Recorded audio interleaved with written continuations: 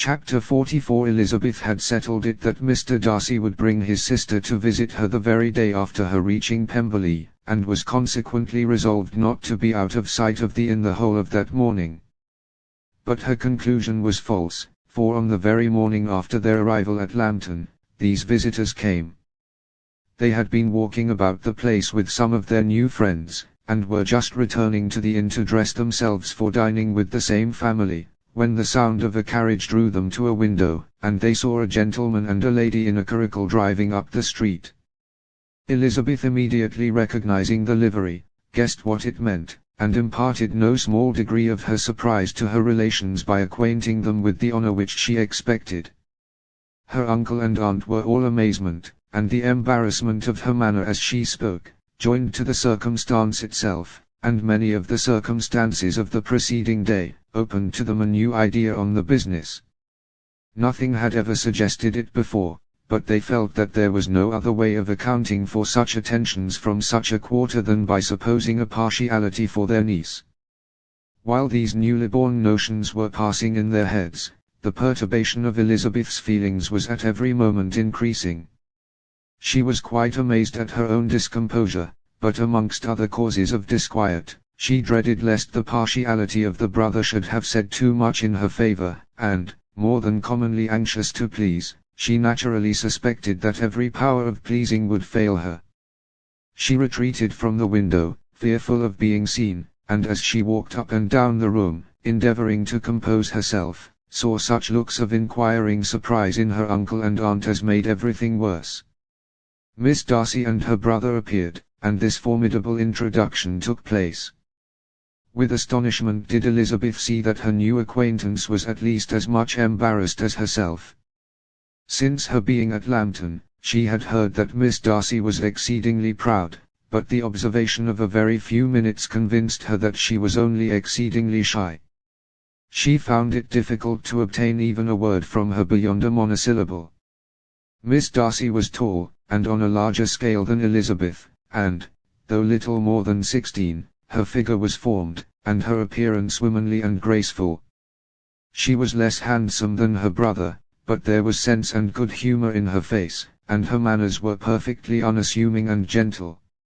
Elizabeth, who had expected to find in her as acute and unembarrassed an observer as ever Mr. Darcy had been, was much relieved by discerning such different feelings. They had not long been together before Mr. Darcy told her that Bingley was also coming to wait on her, and she had barely time to express her satisfaction, and prepare for such a visitor, when Bingley's quick step was heard on the stairs, and in a moment he entered the room. All Elizabeth's anger against him had been long done away, but had she still felt any, it could hardly have stood its ground against the unaffected cordiality with which he expressed himself on seeing her again. He inquired in a friendly, though general way, after her family, and looked and spoke with the same good-humoured ease that he had ever done. To Mr. and Mrs. Gardiner he was scarcely a less interesting personage than to herself. They had long wished to see him. The whole party before them, indeed, excited a lively attention.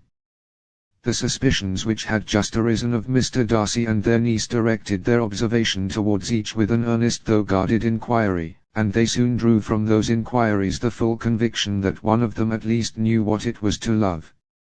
Of the lady's sensations they remained a little in doubt, but that the gentleman was overflowing with admiration was evident enough. Elizabeth, on her side, had much to do. She wanted to ascertain the feelings of each of her visitors, she wanted to compose her own, and to make herself agreeable to all, and in the latter object, where she feared most to fail, she was most sure of success, for those to whom she endeavoured to give pleasure were prepossessed in her favour. Bingley was ready, Georgiana was eager, and Darcy determined, to be pleased. In seeing Bingley, her thoughts naturally flew to her sister, and, oh, how ardently did she long to know whether any of his were directed in a like manner. Sometimes she could fancy that he talked less than on former occasions, and once or twice pleased herself with the notion that, as he looked at her, he was trying to trace a resemblance. But, though this might be imaginary, she could not be deceived as to his behaviour to Miss Darcy, who had been set up as a rival to Jane. No look appeared on either side that spoke particular regard. Nothing occurred between them that could justify the hopes of his sister. On this point she was soon satisfied, and 2 or 3 little circumstances occurred ere they parted, which, in her anxious interpretation, denoted a recollection of Jane not untinctured by tenderness, and a wish of saying more that might lead to the mention of her, had he dared. He observed to her, at a moment when the others were talking together, and in a tone which had something of real regret, that it was a very long time since he had had the pleasure of seeing her, and, before she could reply, he added, "It is above 8 months. We have not met since the 26th of November, when we were all dancing together at Netherfield." Elizabeth was pleased to find his memory so exact, and he afterwards took occasion to ask her, when unattended to by any of the rest, whether all her sisters were at Longbourn. There was not much in the question, nor in the preceding remark, but there was a look and a manner which gave them meaning. It was not often that she could turn her eyes on Mr. Darcy himself, but, whenever she did catch a glimpse, she saw an expression of general complaisance, and in all that he said she heard an accent so removed from hauteur or disdain of his companions, as convinced her that the improvement of manners which she had yesterday witnessed, however temporary its existence might prove, had at least outlived one day. When she saw him thus seeking the acquaintance and courting the good opinion of people with whom any intercourse a few months ago would have been a disgrace, when she saw him thus civil, not only to herself, but to the very relations whom he had openly disdained, and recollected their last lively scene in Hunsford Parsonage, the difference, the change was so great, and struck so forcibly on her mind, that she could hardly restrain her astonishment from being visible. Never, even in the company of his dear friends at Netherfield, or his dignified relations at Rosings, had she seen him so desirous to please, so free from self-consequence or unbending reserve, as now, when no importance could result from the success of his endeavours, and when even the acquaintance of those to whom his attentions were addressed would draw down the ridicule and censure of the ladies both of Netherfield and Rosings. Their visitors stayed with them above half an hour, and when they arose to depart, Mr. Darcy called on his sister to join him in expressing their wish of seeing Mr. and Mrs. Gardiner, and Miss Bennet, to dinner at Pemberley, before they left the country. Miss Darcy, though with a diffidence which marked her little in the habit of giving invitations, readily obeyed. Mrs. Gardiner looked at her niece, desirous of knowing how she, whom the invitation most concerned, felt disposed as to its acceptance, but Elizabeth had turned away her head. Presuming, however, that this studied avoidance spoke rather a momentary embarrassment than any dislike of the proposal, and seeing in her husband, who was fond of society, a perfect willingness to accept it, she ventured to engage for her attendance, and the day after the next was fixed on.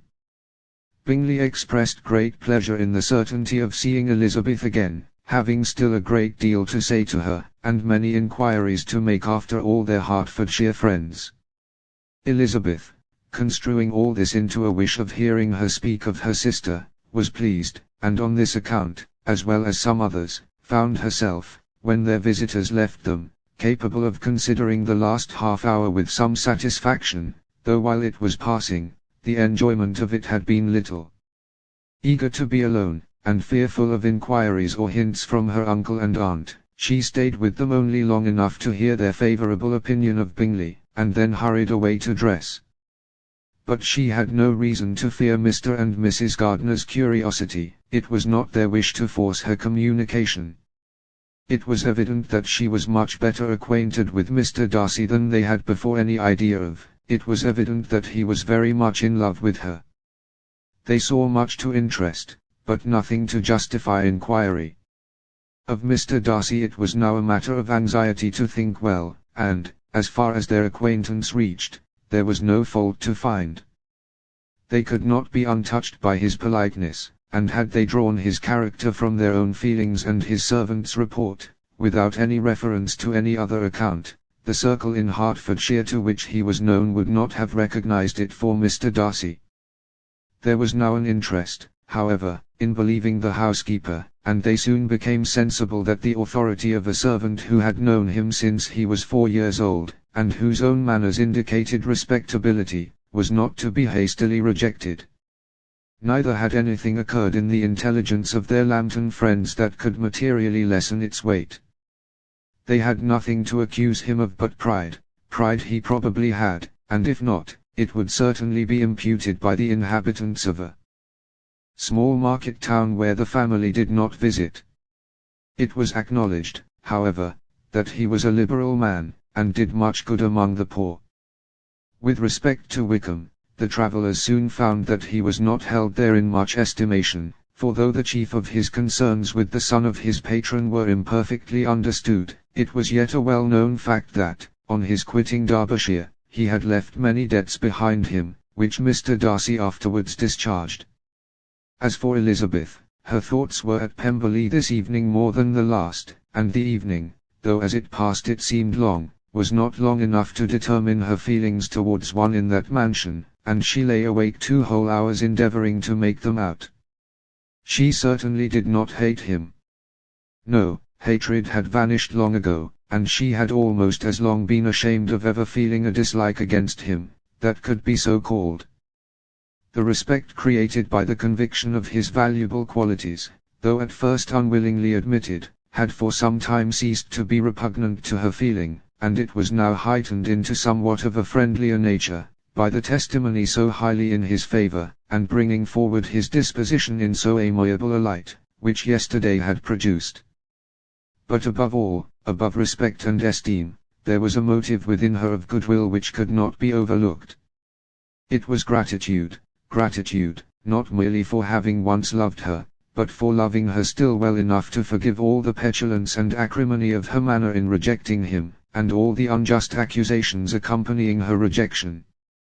He who, she had been persuaded, would avoid her as his greatest enemy, seemed, on this accidental meeting, most eager to preserve the acquaintance, and without any indelicate display of regard, or any peculiarity of manner, where their 2 selves only were concerned, was soliciting the good opinion of her friends, and bent on making her known to his sister.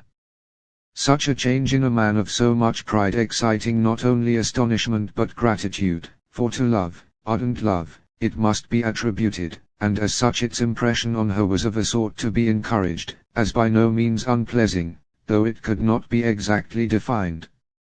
She respected, she esteemed, she was grateful to him, she felt a real interest in his welfare, and she only wanted to know how far she wished that welfare to depend upon herself, and how far it would be for the happiness of both that she should employ the power, which her fancy told her she still possessed, of bringing on her the renewal of his addresses.